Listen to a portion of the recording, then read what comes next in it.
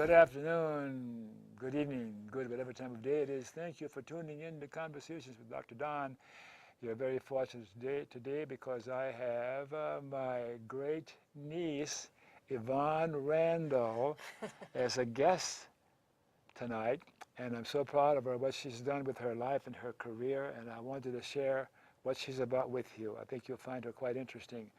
And of course, I'm very objective in my stroking her. Good to see you, love. It's good to see you, Uncle Bob. How you doing? I'm doing good. Yeah. I'm doing really good. Yeah. I'm a little nervous. Oh yeah, I'm a little nervous. Yeah. No, I'm a lot nervous. Like, you know, but Yeah. and you're one of my favorite people in the world to talk to, and I'm still nervous. So. Thank you. Yeah. Yeah. Yeah.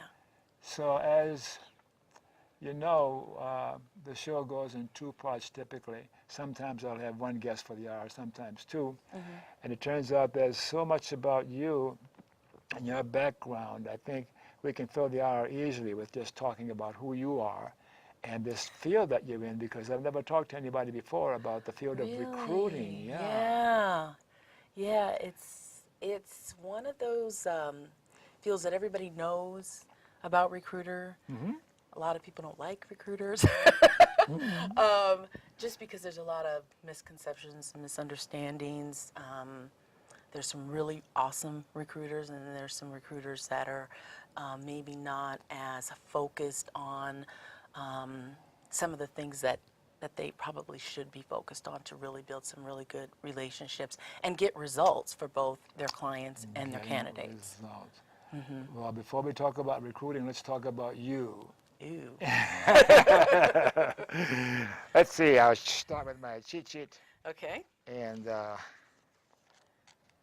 if I would ask your best friend, who is Bonnie? Bonnie is her nickname for the family. Who is Yvonne? What would your best friend say? Yvonne is what? Well, you know, it's funny because I just had a conversation with my sister today. And her name is? Monique. Monique, yeah. And laughing about some things I'm just learning about myself at this point in my life. Isn't it wonderful? It is quite shocking, yeah, and very, very funny. Very, very funny. So I would have said, if you'd have asked me 2 years ago, I'm a very laid-back, easygoing person. No, I'm going to stop you. Okay. This, being the first person like this person who is saying Yvonne is. Okay. Don't tell me what you think. Oh, what someone else would say? Okay, Yeah, they would say that I am extremely intense. That Yvonne is. Yvonne is. Okay. Very intense. Okay. Passionate about her work. Yvonne doesn't have as much fun as she should. Okay. High energy and just really can take things very, very seriously. And that sometimes we have to help Yvonne get into the shallow water. Okay. That is the honest truth. Yeah. I believe is what people would say about me. But I think the other thing they would say is that the passion and intensity comes from a true care about people and things being harmonious and pleasant and productive. If this person would just take one word to describe Yvonne, what would she say? Yvonne is what?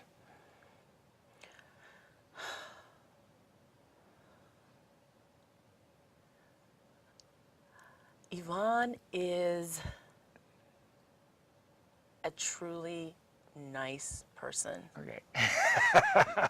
Yeah, I agree with this person. Yeah, a nice person. Yeah. So, where were you born? Los Angeles. Los Angeles. Mhm. Uh-huh. Yep, born and raised in Los Angeles. I have a trick question I'd like to ask my guests. Okay. Shall I ask it now or Sure. surprise you later? Go for it. No, go for it. Why were you born? Oh, wow. That is a trick question. Everyone always says, oh, wow, what? Why was I born? Yes, why were you born? Wow. Would that be from my parents' perspective or the bigger From your grand perspective. picture? From your perspective. I really think I was born to bring out the best in people. I think. I feel that I'm a very empathetic person, and through that, which is a blessing and a curse at the same time, but it's I to hear you. encourage people and let them know that you can do it, and don't ever let anybody tell you otherwise. You can do it if you want to do it. Okay. Hmm. Okay. Do you ever let anybody know when you were born? Is that an appropriate question? Like what year I was born? Yeah.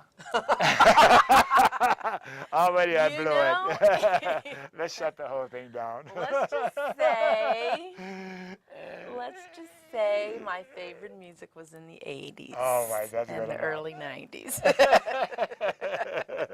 If you know Depeche Mode, you know about how old I am. All right. Okay, very good. Is there anything significant about your racial or cultural heritage that would be of interest to the viewers? Yeah, I think so. Oh, I think so. okay, all right. Because you know. Yes, yes, Um, I know, but they don't know. my background is Creole, Hmm. which causes a lot of confusion for people because they don't really know what that is. I hear ya. And it's a interesting, fascinating, beautiful culture that has, it has a history with sadness and joy, but I think the uniqueness about it is that it's a group of people that from, you know, hundreds of years ago are mixed cultured people.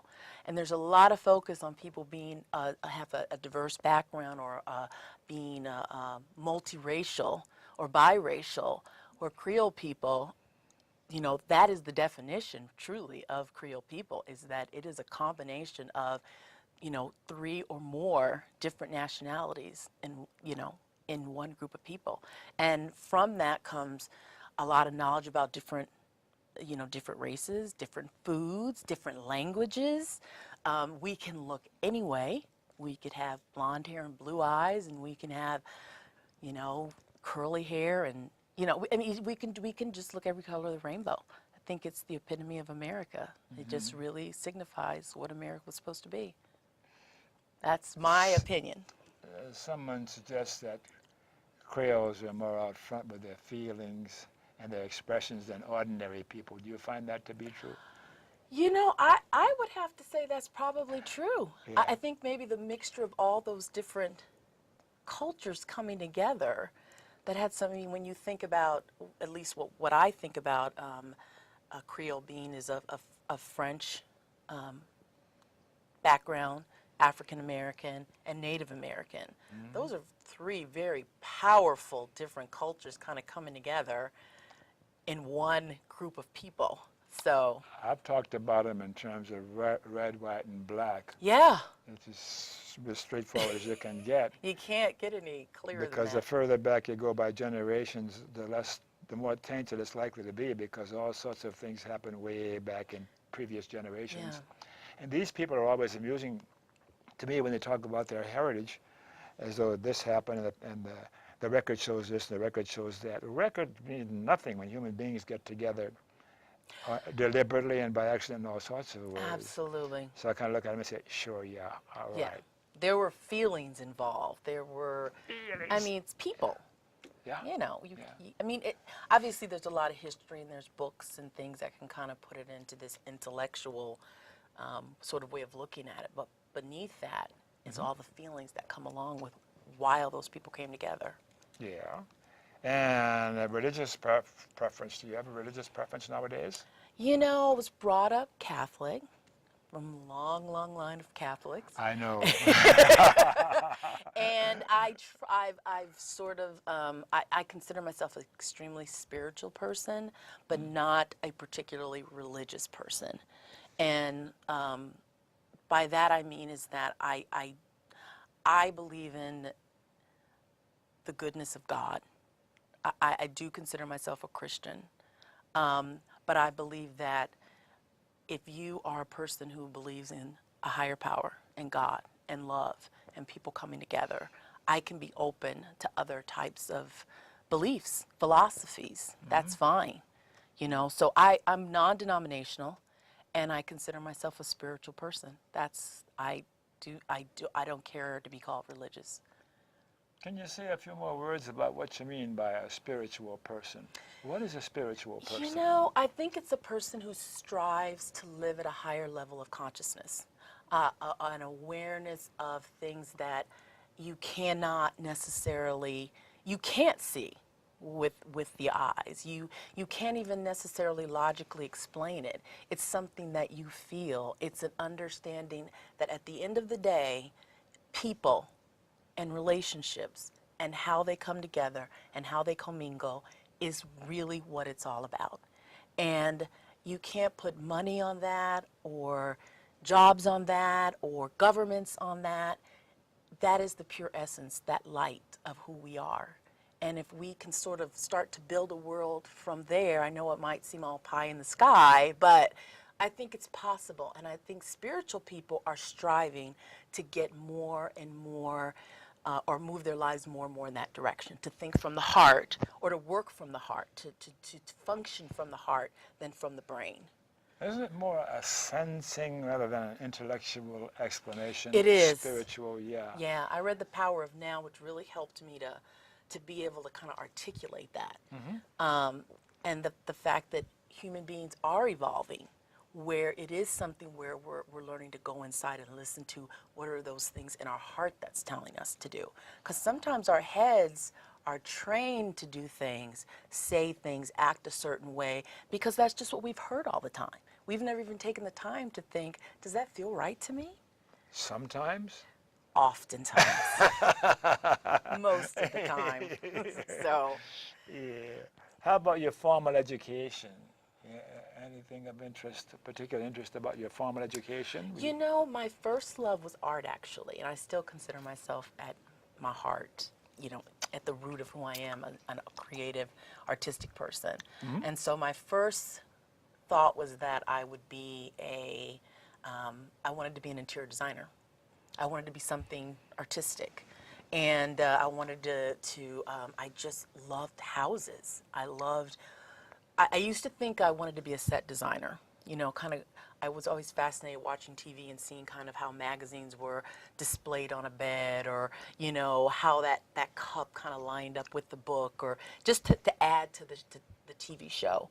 But then I think I got scared, quite frankly. I was the type of person that I needed security. My head, I forgot about my heart, and I let my head rule, and my head said business, and that's where I ended up focusing.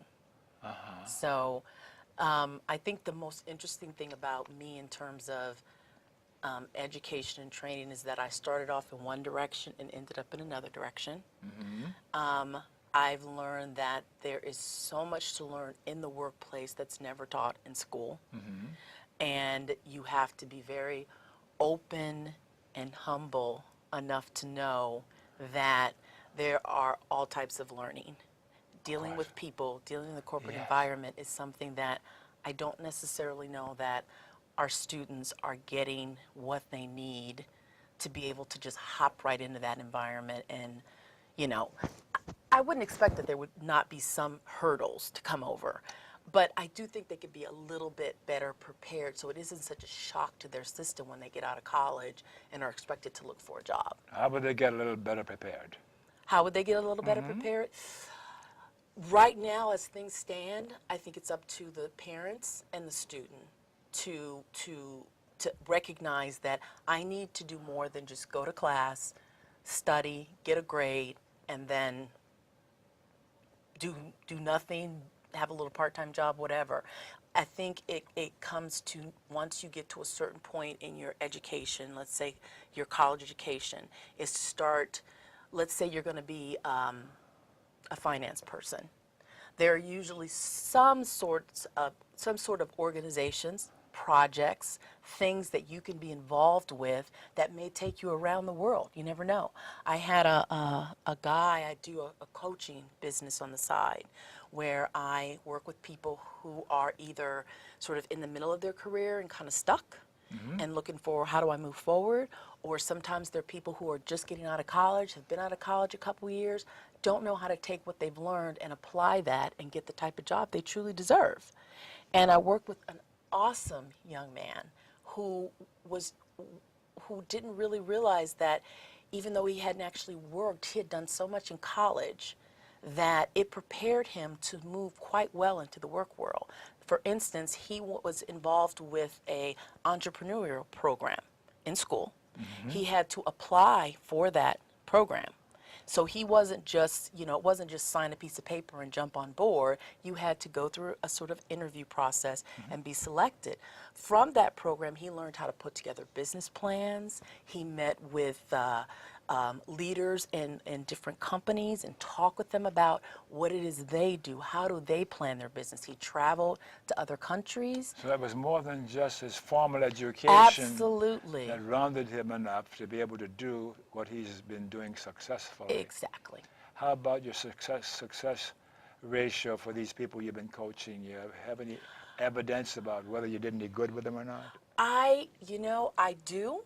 And I feel like I've had success with them because the one thing I always ask them is, how is this for you? Are you getting what you need? After every session, are you getting what you need? And I would say, except for maybe one person, everyone has walked away feeling like I got what I needed to move forward. For instance, this student I was telling you about, a recent grad, is now an analyst. And I'm sure one day he will own his own business. I have no doubt in my mind. And then there was a lady who didn't know how to put together she wanted to put together a compensation plan and present it to her managers. And she had, there was one created. She worked with the managers on it. She agreed to everything. And things changed. And now that compensation plan doesn't make sense anymore. So we met, we went over it, we talked about it, and she was able to kind of put that together because it's a partnership, right? It's not just me, it's me working with that person to find out what their goals are, what they want to accomplish. We put together this plan, she presented it, that took courage on her part to present it, and she got what she wanted. At 3 sessions, it was done. Okay. I was happy, and so was she. Okay, a partner, do you have, it says here, a wife, a husband, a companion, a pet, do you have any of those? Oh, don't get me talking about my love life, please. All of the above. I will say that I am in the best place I've ever been in my life to have a successful relationship with someone, meaning that I know who I am more. I know I'm learning to be more compassionate with myself. And I think that if you can love yourself and be more compassionate with yourself, it makes it easier for you to spot a person who's more like you instead of gravitating towards people who are nothing like you because you don't know who you are. So the goal is to one day be married. Okay. Kids, a question mark. And I have a crazy little beagle Dog. What? Beagle dog, a Snoopy dog. How long have you had him or her? From when I moved to Portland in 2008. And he's a little shyster. Does he like you?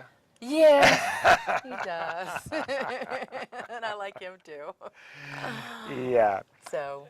Is it fair to ask you about your political persuasion that you're aware of? Are you left, right, or center, or moderate, or what? You know, I actually like the way we're using the word progressive. I consider myself to be a progressive person. So that would... I hadn't asked you that before. You better be progressive. You probably... You probably sensed it somewhere, I can sense Louise, your grandmother, my sister, looking at me for asking that question right now. What are you doing, boy? Oh, no. That's Rick. He's so right when he falls off the edge. Well, my grandma, from what my mom told me, started unions or tried to start unions. She was a so kick in she the was head.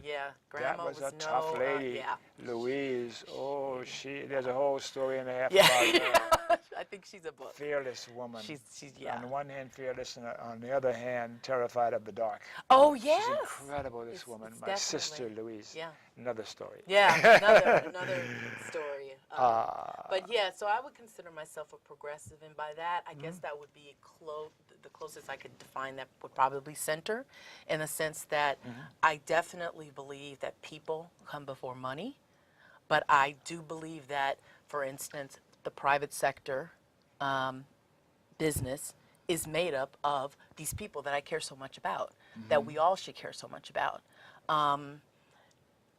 On the other hand, I am not the type of person that says anything is okay and everything is okay. I could give examples of what that means, but I guess what I believe is that people need to be held accountable for their actions. I don't think, like I have very strong opinions on, what we're doing with healthcare and what we're not doing with healthcare. Really? Really. Very strong feelings on that. Yeah. But I also, believe too that letting people get away with some of the crimes that are happening and excuses for behavior, it's like I didn't have anything handed to me. And in my opinion, you have to take initiative and believe and want to have a better life. I'm learning to be a little more, I guess, softer about that, and knowing that not everybody has that strength, but it doesn't change the fire inside me that just cannot abide or condone or make excuses for people who do things to hurt other people. I agree with you, and I take it one step further. For me, is at the same time being compassionate and empathetic, and wondering what happened to this human being that they're so apathetic and they don't have what it takes to climb the ladder economically and socially and the whole thing. Because I don't blame human beings entirely. I blame individuals based on what they were given through the years. Oh, yeah. But I'm digressing again. If you get me started, I'll go. Oh, both of us. We both will.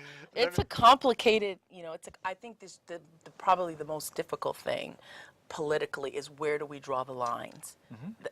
Maybe that's an oversimplification, but maybe people more to the right would put the line, much further back than you or I would. And then people that are completely to the left would probably push the line way further out, more far out than I would be comfortable with. I'm thinking, what is the model of the criteria we're talking about and the priorities?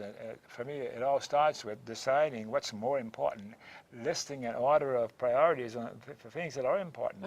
Economic well-being, personal well-being. For me, the most fundamental issue is personal well-being and social responsibility toward myself and other fellow human beings. And then economics and all those other things follow. But economics is not the leader.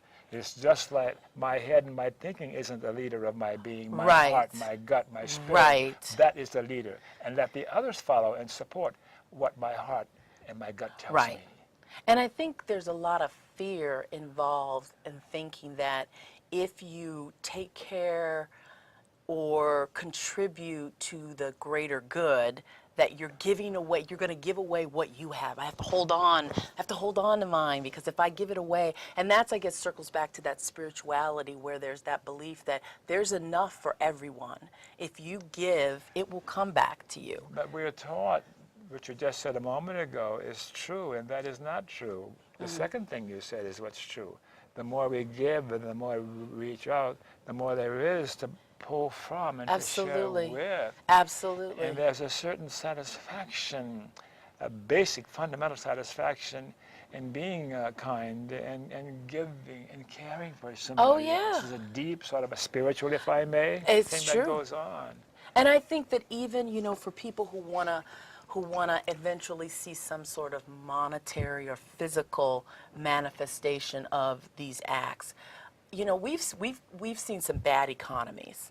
I had a client of mine who, in this this horrible real estate mess that we are hopefully getting out of, or at some point will completely be out of, she actually built a business right in the middle of that. And what she did was manage the properties that were being foreclosed, people that were being treated pretty badly by whoever held their loan. And she would go in and help them through this transition. She couldn't make the problem go away, in other words, make this foreclosure stop. But she could go in and she could talk with them and help them understand these are the steps that come next. This is where you're at. This is what could happen. This could not. She didn't play the part of a lawyer, but there were a lot of people that were so scared when you hear foreclosure. I've never been in that situation, but there are people that you can imagine what you feel like when someone says, I'm going to take your home away from you. And so this was someone that got paid to come in and help these people and get the house ready for, whatever the next steps were going to be. So this was somebody who gave during a very difficult time, but she actually made a living at that.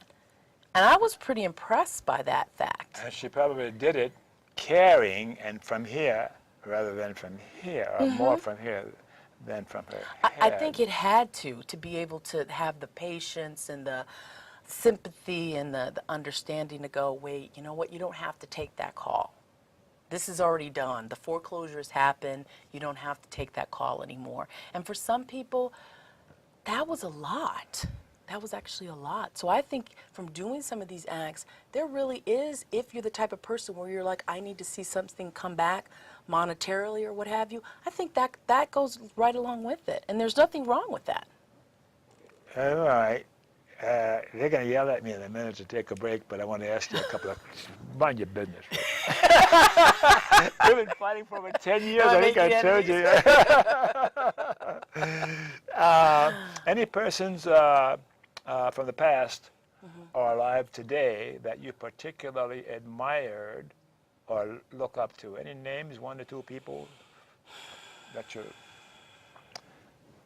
Wow, there's a couple people that I admire. Come on, spill it. I'm sorry. President Obama, I'm definitely a person, whether he had ever been president or not, I would have been in awe of his intelligence, his ability to be reasonable and think, his ability to speak, his belief in educating our people and the best for what is good and is going to continue to make America a great country globally. So if he was never president again, I would say this is a person who taught me that there may be people against you. There may be people that are going to say horrible things about you, but you still stand by your word, keep going. You may have to compromise.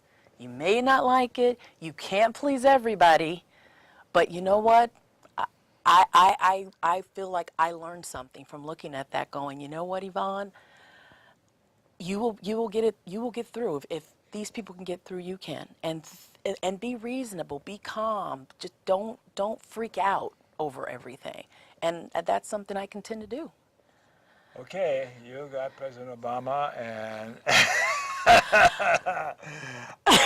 I think his ideas, his philosophy, where he's coming from, is right on in caring for human beings. I believe that somewhere along the way he subordinated that to other interests, and those are those other interests that are taking precedence in his behavior nowadays. But we'll let it go at that. And I understand what you mean, and I think there's a lot of people that feel that way. So I definitely think that he really sincerely had the idea that we could all work together, and that didn't happen. And he had to make compromises and hard decisions. I don't know what I would do in that place, but we're not all going to be happy about it. I'm not happy about everything either. Okay, let's take a break here before you and I get into a fist fight. I don't think that'll happen. So we're breaking there, Mr. Control Room, Mr.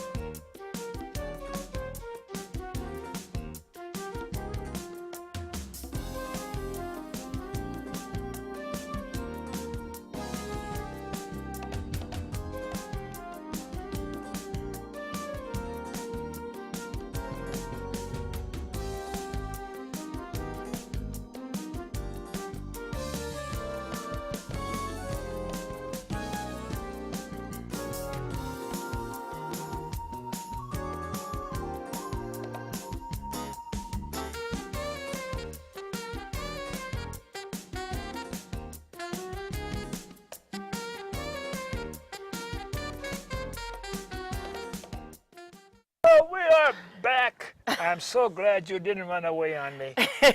And for you viewers who stumbled across this show or you missed the opening, Conversations with Dr. Don that you're watching is an ongoing series of 1-hour standalone talk shows where I interview interesting people like most of you out there about who they are as unique, one-of-a-kind individuals and about whatever it is we've decided to talk about tonight. And we're talking about recruiting and all sorts of manifestations of that. But during the break, Yvonne and I were talking about something that may be of interest if we continue for a minute before we go into your work. Sure. I think the question was, how do we handle a person who seems to be diametrically opposed to my point of view on political and social issues? Mm-hmm. And just yesterday, and I'm still learning, pardon me, still learning how to be better at that, you know. Really? And I was at my friend John Polding's house in Hayden Island here in Portland, 4th of July fireworks celebration. Oh, okay. And John is a unique, lovely, beautiful human being. I've known him for many, many years. And he has a collection of friends that are really eclectic. And all sorts of walks and talks and whatever. You have to see him to believe him. Yeah. But there's something about John that he attracts people that seem to have a common sort of a sensing about them, a caring. And I had my newest T-shirt on, protest T-shirt, My Heroes, and it was Jesus and Mahatma Gandhi and Martin Luther King and Fidel Castro and Hugo Chavez. And this fella, I could just imagine. yeah, he looked at me, he looked at my shirt, and I looked at him, and he looked at each other. And finally, his eyes sort of narrowed, and I asked the question, what do you think of my shirt? He says, it's fine except those last two. Yeah. And he was so angry, you know. Yeah. And to shorten this narrative, we went back and forth a bit here and there, but I kept saying to him, I hear where you're coming from. We think differently about that. Right. Let's talk about it some more. Yeah. And meaning that, looking him right in the eye. Mm-hmm. This man could not have been more angry when we first started talking. We ended up 20 minutes later, nobody could get a word, and we're just visiting with each other and enjoying each other's company. Wow. So the point I'm getting is awesome. hanging in there and really being curious and interested in what this person's about. I'm bragging about that. I feel so good about that. You know, I would too if I were you. I admire that. You had said the people on your shirt, and I would definitely say Jesus would definitely be one of my top people. Mm-hmm. He's my top. And I had a friend who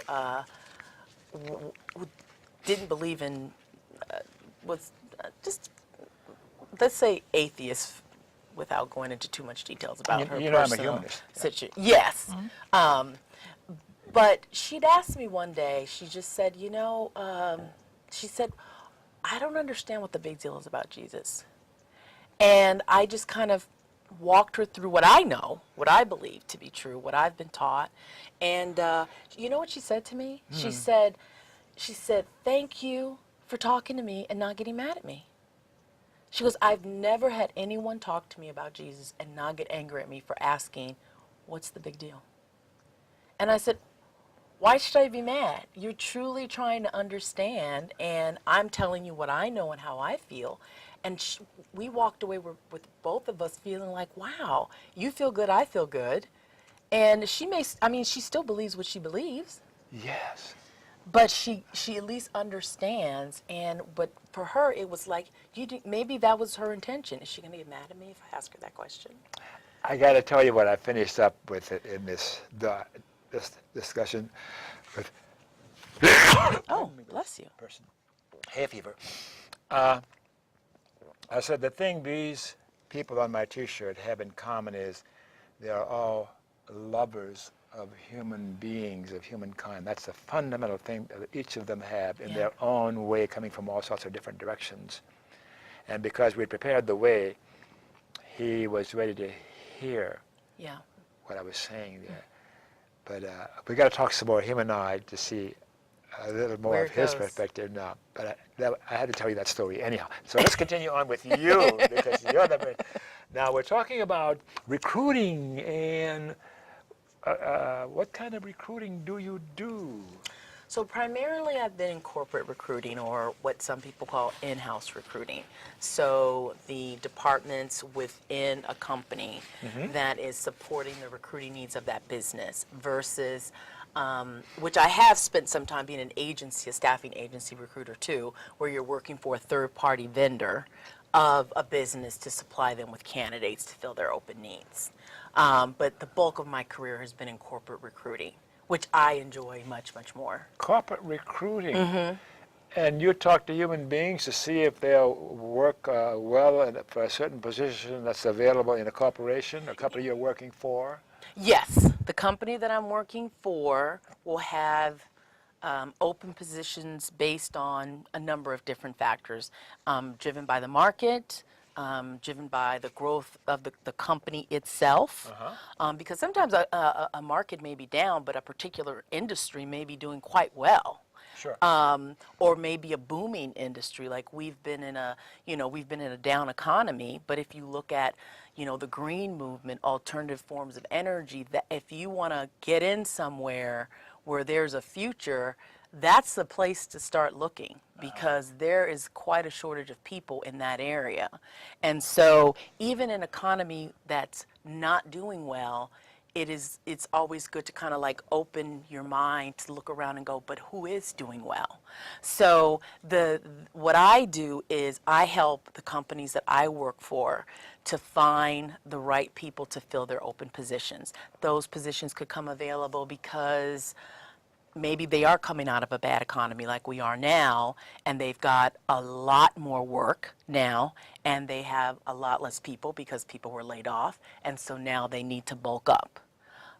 It could be because they're the type of company that's a professional services company, so they just got a couple of big wins in terms of clients. Now they need people to support those projects. Okay, I'm a corporation, a big company, and suddenly I need some people to work for me to continue with my business. Yeah. And I says, I better hire Yvonne. Why would I hire you? Why would you hire me Yeah. as a recruiter? Yeah. Years of experience. So I've been doing this for over 12 years. How did I find you? That's a good question.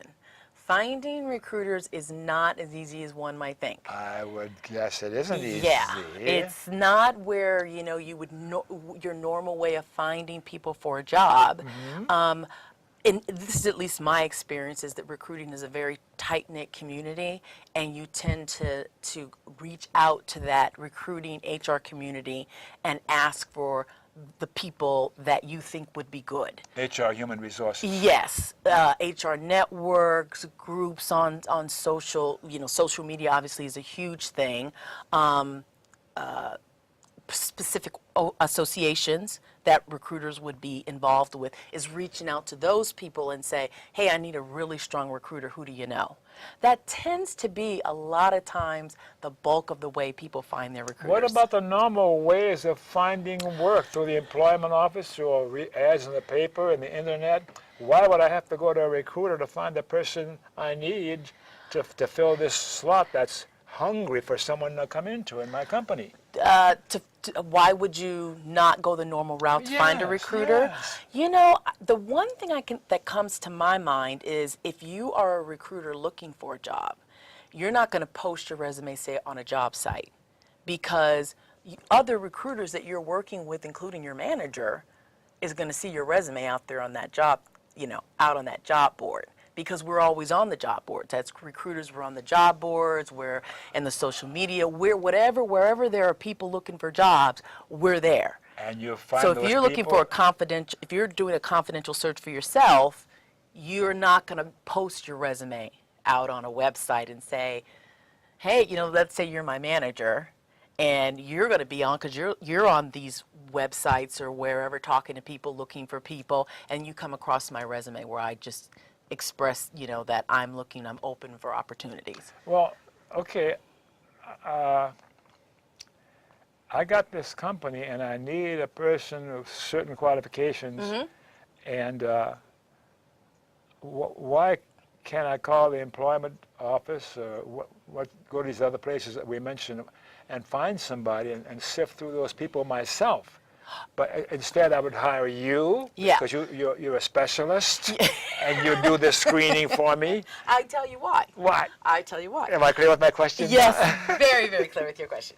So if you're running, Dr. Don's company, and let's take the situation here. You're working, you're producing your show, you're talking to your guests, you're preparing for your shows, you're traveling, you're getting information. You need an engineer. When are you going to have time to do it?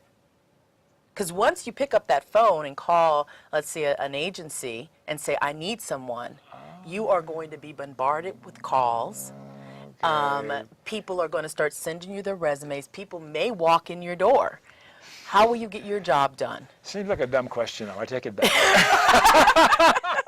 Actually, you know what? It's a question. I think there are a lot of companies that are really, I think recruiting in and of itself is graduating.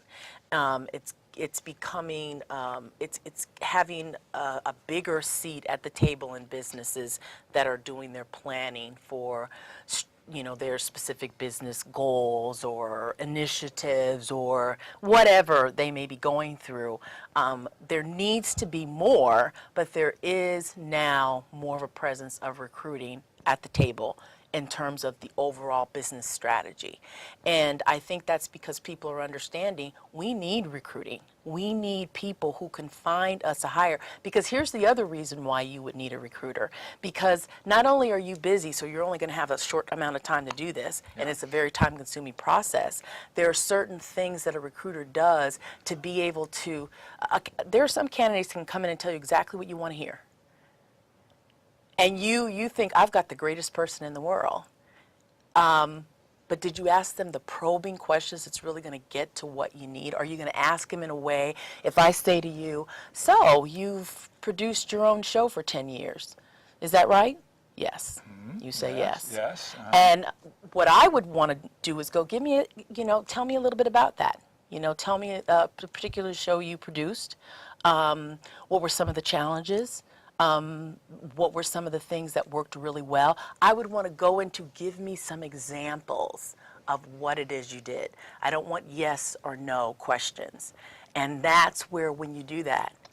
How much of my answers are what I'm saying as compared to how I am as I answer? Because there's a whole bunch of intuition and sensing going on. Absolutely. That is very true. Mm-hmm.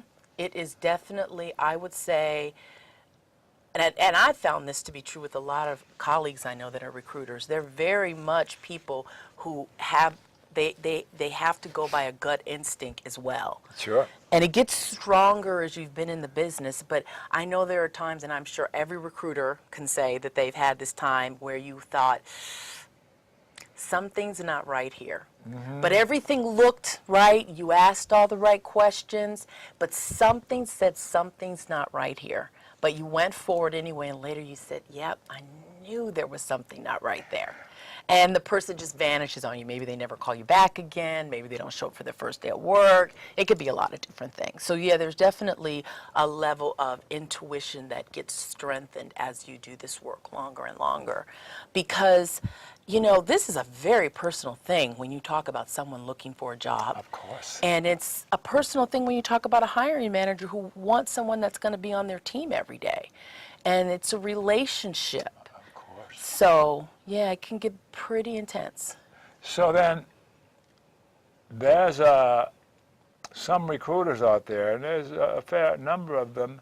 And how is it that I'm going to choose you over other recruiters? What is it about you that makes me choose you to satisfy my needs rather than Mary or Harry or some other recruiter who I've heard stuff about? What is it about Yvonne that From a company perspective or candidate? Like you're a company. looking for a recruiter, what would make you choose me I'm or the your guy candidate? for this corporation, Okay. and I need to hire somebody Yeah. for these jobs. Yeah. And why would I choose you as the HR person or whatever name you want to assign to me for this corporation or company? My job is to hire a recruiter to get these people that I need. Why Right. would I choose you over the others? For me, it would be not only just the amount of years I've been in the business. It is the fact that I've worked in a variety of industries. I've worked in some top companies. So I've had the privilege, I consider it a privilege and an honor, to be able to see how those business models worked, what didn't work. See things from a global perspective with our world, with not just our economy, not just our jobs, but everything on such a global perspective. When you're hiring a recruiter, you want someone who's kind of been somewhere touching the world globally from a recruiting standpoint. Of course. From that, so I have that. The other thing I would say is good soft skills, good communication skills, being influential. You have to be able to talk to people at all levels within your corporation. Am I a good communicator? Can I advise you without stepping on your toes? Because you need me as a consultant. You need me as an advisor and a business partner. So I have to be professional. I have to be able to communicate. I have to be able to understand what you need. So if you're looking for someone who can understand what you need, ask those probing questions, support you when you hit a roadblock, I would say that's the person that I am. So I've got two other recruiters I'm interviewing to see which of the three, you and these others two, that I'm going to choose. He's really putting me on the spot. Yes, I am. Why would I choose you as compared to the other two? My passion for it. Okay. I would say that above most, passion. Okay.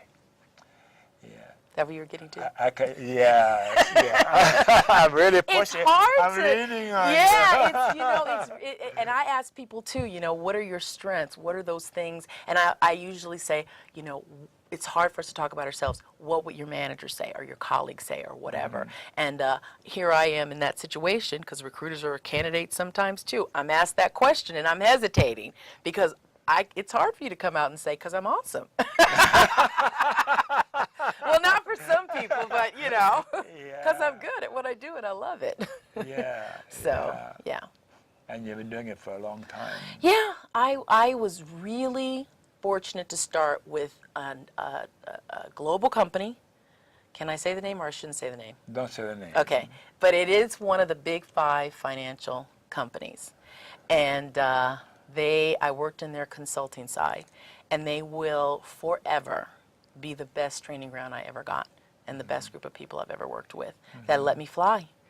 They just let me, they weren't afraid to train me. They weren't afraid to let me take on. I'm the type of person, I love to take on new projects. I've got these grand ideas, and they weren't afraid to let you try. You're good. If they hire you, you're good until you prove to them you're not good.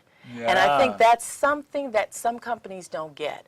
They hire people, and then it's like, no, prove to me you're worthy that I hired you. Well, if you hired them, you should already in your mind think they're worthy until they prove otherwise. That's my opinion. So. And you're new on this present job that you're on now? I am. I've been there just a few days. A few days? Yep. And they haven't thrown you out yet?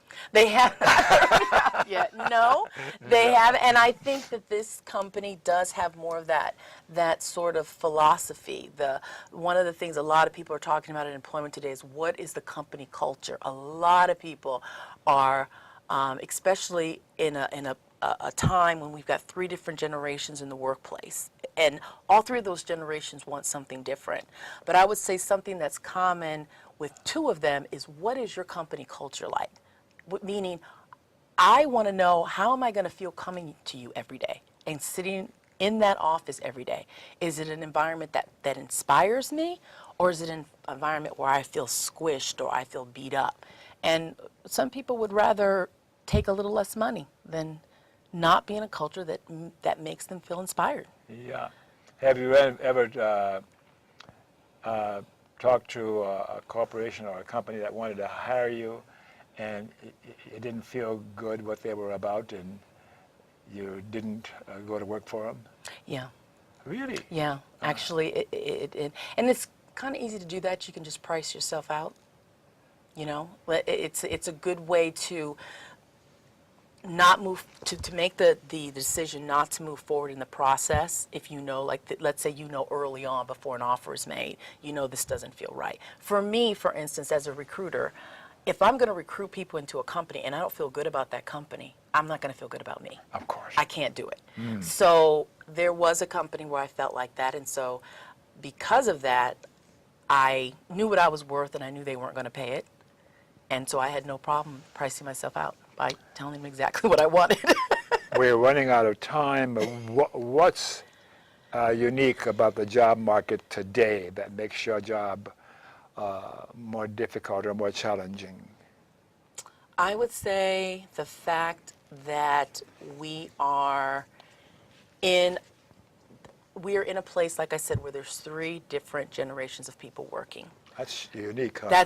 That is unique. So we've got people who have been in their careers for a while, who may be ready to move on and retire. And then we've got people that are in the middle, which are more your X generation. And then we've got your Y generation, people who are more starting off. And each of those groups are looking for something just a little bit different. In some ways, a lot different. In other ways, slightly different. But in my mind, more than anything, they're all looking for something very different. And the challenge is to understand those things without crossing any, without breaking any laws, without any being biased or anything. Is being able to understand what people need for their particular situation without being biased or prejudiced against them for any reason.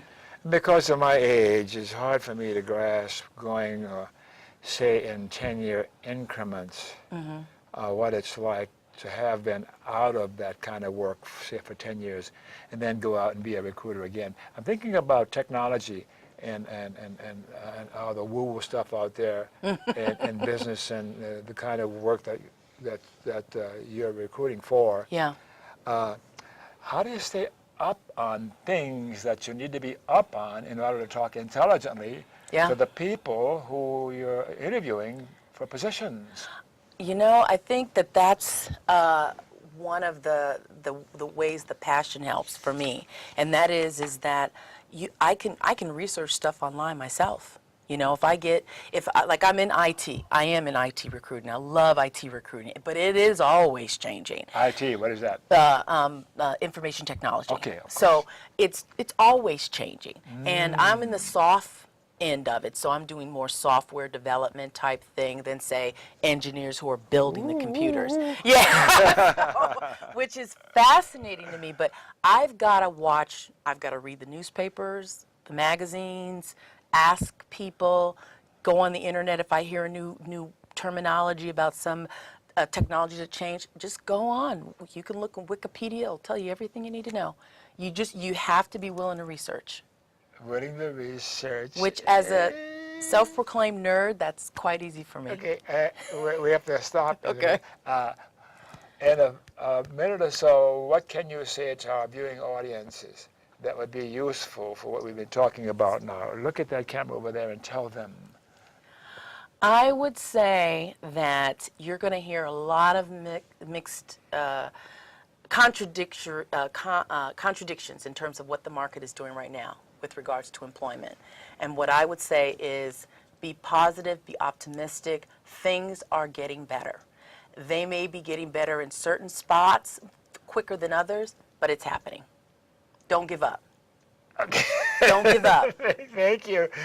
Thank you. So it looks like it's time for us to stop visiting and get ready to say goodnight. So keep your pens and pencils handy. We may want to tell you something that you want to make note of during the closing credits. Public service announcements. I got to tell you how to get Dr. Don local broadcast schedule. Go to my website and click on present day activities.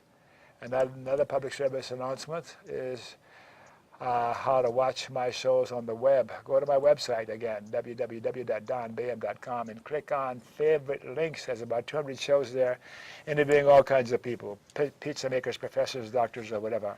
And next one, the ACLU, the American Civil Liberties Union. Oh, hooray for the ACLU. They're protecting our civil liberties that are under assault nowadays by the right wing.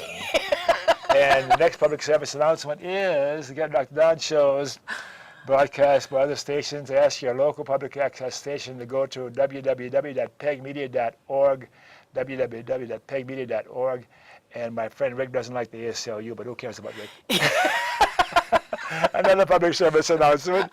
To learn how to end corporate personhood, we've got to do that, take our Constitution back. Go to www.movetoamend.org. A constitutional amendment to say that corporations are not persons and money is not speech. All right, we're going to say goodnight. Uh-oh. Thanks for watching. And remember, KFC, not Kentucky Fried Chicken, Dr. Don's KFC. Kind, friendly, and charitable. Be kind, be friendly, and be charitable to you too. And you. And you.